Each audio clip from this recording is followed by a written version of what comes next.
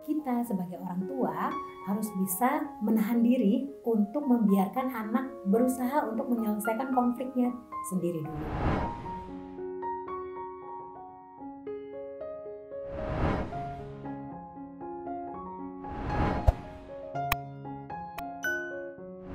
Ada pertanyaan dari Prasyojo melalui Facebook. Bagaimana membangun karakter anak agar kuat dan tangguh sehingga terhindar dari bully?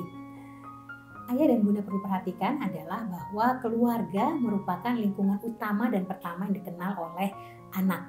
Sehingga bagaimana keadaan keluarga itu sangat mempengaruhi bagaimana tumbuh kembang anak di kemudian hari. Yang terutama adalah bagaimana kita bisa membangun kedekatan emosional dengan anak sehingga anak merasa aman dan juga nyaman dengan kita dan juga keluarga. Karena kalau anak sudah merasa aman dan nyaman, maka akan lebih mudah bagi anak untuk terbuka dengan kita. Apabila kedekatan emosional ini terjalin dengan baik, akan lebih mudah bagi anak untuk mau melakukan hal-hal yang kita sarankan kepada anak. Karena anak merasa percaya dengan kita dan juga merasa aman dan yakin dengan apa yang dikatakan oleh kita. Yang kedua, biarkan anak bermain dengan teman-teman seusianya. Karena dalam bermain ini banyak sekali pelajaran-pelajaran yang dapat dipelajari oleh anak untuk mengembangkan segala kemampuan-kemampuan anak. Misalnya salah satunya adalah untuk bagaimana cara beradaptasi, untuk bagaimana cara sosialisasi, cara menghadapi konflik dan lain-lain.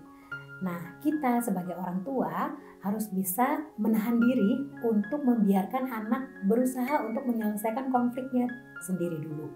Misalnya, ketika anak kita sedang bermain dengan seseorang, lalu temannya mengambil mainan anak kita. Misalnya seperti itu kejadiannya. Kita sebagai orang tua jangan buru-buru memarahi temannya atau langsung menegur temannya, tapi coba kita lihat dulu bagaimana reaksi anak kita. Setelah kejadian itu, kita bisa diskusi dengan anak kita, menanyakan bagaimana perasaannya pada saat mainan yang diambil, apakah perilaku tersebut tepat atau tidak, lalu apa yang sebaiknya dilakukan. Jadi kita ada diskusi dengan anak sehingga anak bisa terbuka pikirannya, bisa berpikir juga gitu, mana perilaku yang tepat dan mana perilaku yang kurang tepat untuk dilakukan. Begitu juga misalnya kalau anak kita sekolah. Kadang-kadang anak kita suka lupa bawa sesuatu yang harusnya dibawa pada hari itu. Kita sebagai orang tua biasanya suka langsung terburu-buru untuk mengirimkan apa yang anak kita kelupaan gitu. Sebenarnya itu juga kurang tepat untuk dilakukan. Biarkan anak kita belajar dulu gitu ya, belajar untuk berpikir bagaimana ya caranya ya menghadapi konflik ini, bagaimana ya caranya ya jika gurunya menanyakan kenapa saya nggak bawa barang yang harusnya saya bawa hari itu, sehingga anak belajar untuk menghadapi konflik. Nah, pada saat anak kembali ke rumah, baru kita diskusikan kembali dan kita tanyakan kembali selanjutnya apa yang harus dilakukan nih kalau misalnya memang ada barang-barang tertentu atau barang-barang lain yang harus dibawa. Apakah anak harus membuat reminder atau apapun yang bisa dilakukan sehingga anak bisa ingat apa yang harus dibawa ke sekolah pada hari itu. Dan itu merupakan pembelajaran bagi anak untuk mengembangkan karakter yang kuat di kemudian hari. Bagaimana anak bisa menghadapi konflik dengan baik. Yang ketiga, fokus pada kelebihan anak. Tentunya setiap orang memiliki kelebihannya masing-masing dan juga hal-hal yang perlu diperbaiki dalam diri mereka masing-masing. Tapi kita sebagai orang tua diusahakan untuk fokus pada kelebihannya. Misalnya, anak kita nilai bahasa Inggrisnya bagus, tapi nilai matematikanya kurang bagus. Pada umumnya orang tua akan lebih fokus kepada matematika. Tiap hari harus les matematika. Di rumah harus mengerjakan worksheet matematika. Sementara bahasa Inggrisnya kita tidak perhatikan karena kita merasa anak kita sudah mampu di pelajaran bahasa Inggris. Nah, ini juga yang perlu kita perhatikan. Jadi benar sekali kita juga harus memperbaiki kemampuan matematika anak, tapi bukan fokus hanya di situ saja. Tapi kelebihan anak pun harus kita fokuskan. Sehingga apabila anak mampu belajar bahasa Inggris dengan baik, anak-anak mampu memiliki kemampuan berbahasa Inggris yang baik dan benar, banyak juga menerima apresiasi dan lain-lain, tentunya itu akan meningkatkan kepercayaan diri anak. Jadi self confident anak akan berkembang, self esteem anak juga akan berkembang, sehingga itu akan memperkuat karakter anak.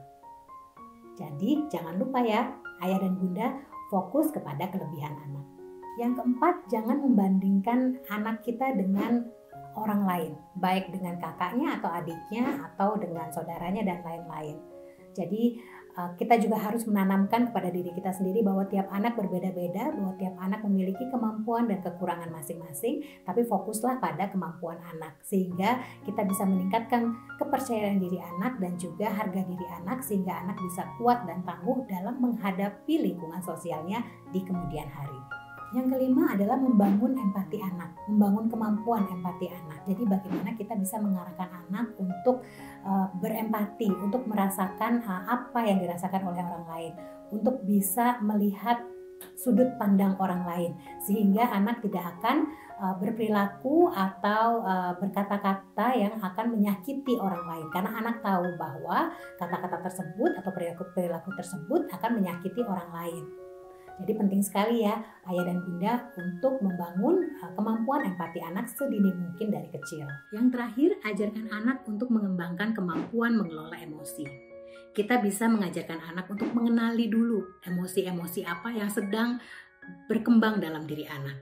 Lalu ajarkan anak untuk mengekspresikan emosinya secara positif. Misalnya dengan melakukan kegiatan-kegiatan fisik atau dengan bercerita dan lain-lain. Dan yakinkan anak bahwa kita orang tua merupakan pendengar yang baik. Jadi kita juga harus menjadi contoh bahwa kita bisa mendengarkan anak dengan baik dan bijak. Sehingga anak yakin, percaya kepada kita dan mau mengungkapkan segala keluh kesahnya kepada kita. Sehingga anak merasa aman dan nyaman. Dan bimbing juga anak untuk berpikiran positif. Sehingga anak bisa mengelola pikiran-pikiran negatif yang mungkin muncul dalam diri anak.